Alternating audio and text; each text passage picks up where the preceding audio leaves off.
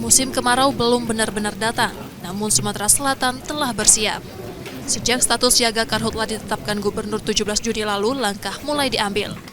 BPBD Sumsel menggelar pertemuan yang menghasilkan kesepakatan apel siaga dan simulasi penanganan kebakaran hutan dan lahan akan digelar 15 Juli mendatang. Apel nanti diperkirakan akan melibatkan lebih kurang 1.000 orang pasukan yang untuk hadir. Selain personil juga kita melibatkan peralatan penanggulangan bencana karhutla. Iya, kita juga selain tentunya apel, nanti di selesai acara apel kita akan melakukan simulasi penanggulangan bencana karhutla, bagaimana tim gabungan turun untuk melakukan pemadaman. Apel ini akan menjadi ujian kesiapan.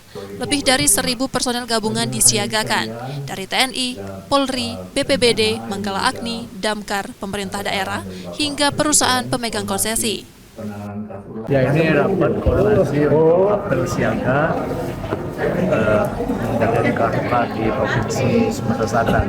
Rencananya akan dilaksanakan pada tanggal 15 Juli di Deli Agung.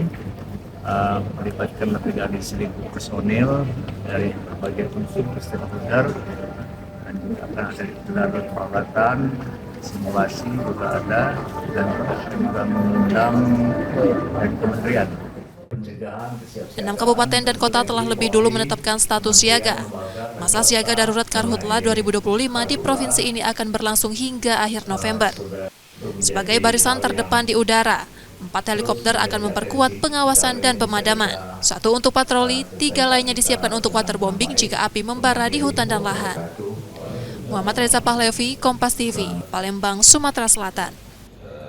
Dari Kementerian Badan Nasional Penanggulangan Bencana RI hadir di tengah-tengah kita yang mewakili Korem.